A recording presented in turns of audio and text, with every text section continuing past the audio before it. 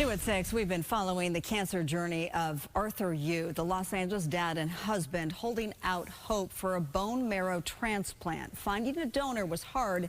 Getting that donor to the United States, arguably even harder. Well, it finally happened, and over the weekend, I met Yu for the first time face-to-face and his donor.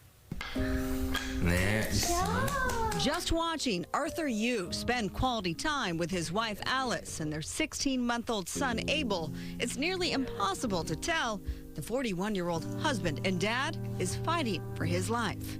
Even walking 20 feet would leave me out of breath.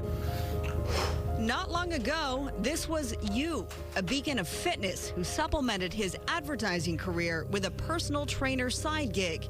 Yu went from running the Los Angeles Marathon in 2022 I felt immortal. to a diagnosis almost exactly a year later that would zap him of the life he was used to living. Does your body feel heavy? In March of 2023, Yu was diagnosed with acute myeloid leukemia, a rare blood cancer. His best odds to beat it? A bone marrow transplant. It was the most shocking news I'd ever received my whole life. It was such a huge shock to think that your husband could be dead in 6 months to 5 years. Yu has since undergone several rounds of chemotherapy at LA's Cedars-Sinai Medical Center, where Alice happens to be a nurse. I'll go on my lunch break and I could just like pop by and visit. No surprise to her, this is what she'll often find. Yu working out before the chemo wipes him out. I can take you to the ER right now.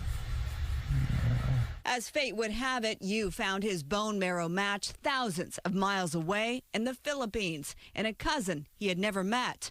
But getting Noel Talania to America proved to be nearly as difficult as finding him. How many times was Noel denied a visa? Was it twice or 3 times? The U.S. State Department denied Talania a travel visa twice. No specific reason was given. Yu took to social media campaigning for congressional help. His story went viral, which we profiled on the Fox 11 News at 6. We were shocked. Do you think your outreach on social media and the local media helped? 100%, unless it gets public attention. Unfortunately, people don't care. After elected officials, including California Senator Alex Padilla, stepped in, that visa was finally granted in late January. And Saturday, we met Yu and his cousin at Yu's Los Angeles home. Hi. Noel? Hi, Noel. Talania, who doesn't fluently speak English, understandably didn't want to be interviewed. Our meeting coming just days after doctors harvested Talania's stem cell for Yu's upcoming, hopefully, life-saving transplant. My new birthday, day 0 is what they call it, would be March 21st. So March 21st would then be the actual procedure. Exactly. That's when they thawed his bone marrow and put it in my body. How are you feeling about that? Terrified. What are you terrified of? This not working. The uncertainty especially hard for Yu's mother. I always cry and pray all the time because I got only one child.